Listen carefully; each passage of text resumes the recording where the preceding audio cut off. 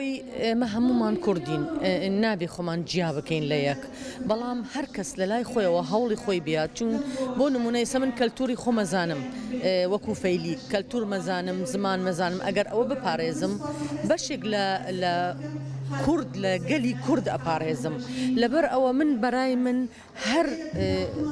هەر زاراوەیەک هەر بەشێک لە کوردستان چون ئێمە خۆتەزانی بەشی زۆرمان هەیە هەر کەس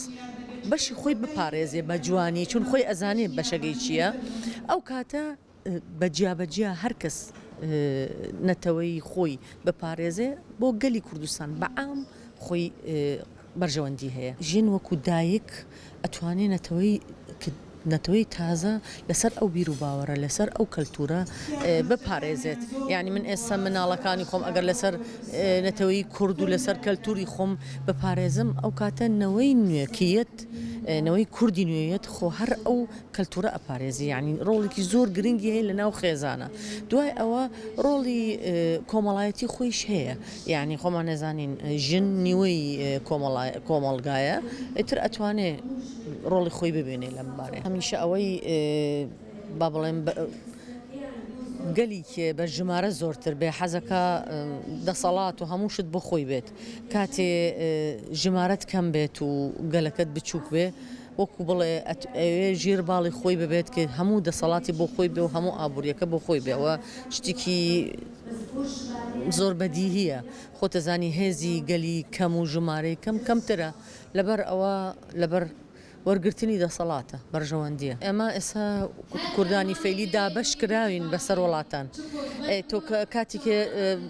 چەند خێزانێک لە دەنیمارک بن بۆ نمونە چەند خێزانێک لە کوردستان بن بەتەکید بیر و باوەڕیان یەکێک نییە ئەو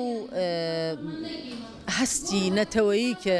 کەسێک لە کوردستان بژیە لە شوێنی کوردی بژێ زۆر فەرقی هەیە لەگەڵ کەسێکە لە دەرەوە بژێ و لە دەرەوە لە دایک ببێت و لە ناو کۆمەڵگایەکی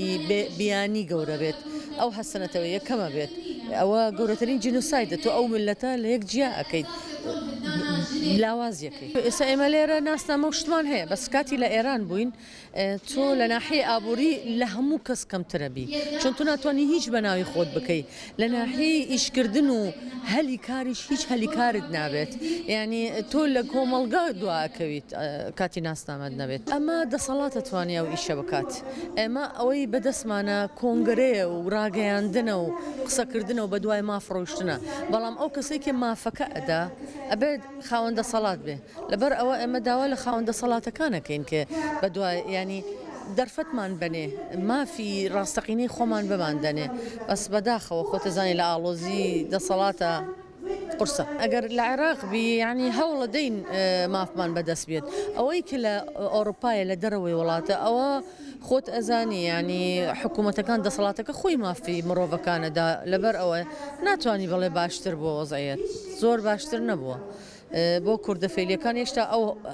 هەلەیتیانە بەتایبەت لە هەرێمی کوردستان تقریبا نییە لە حکوومەتی مرکزی خەریکە هەوڵەیەن بۆ ئەوەی مافەڕاستەقینەنە بەڵام تۆزی وەکو بڵێن شتێکی بەنێ کە لە دگەران کەمتر نەبێت.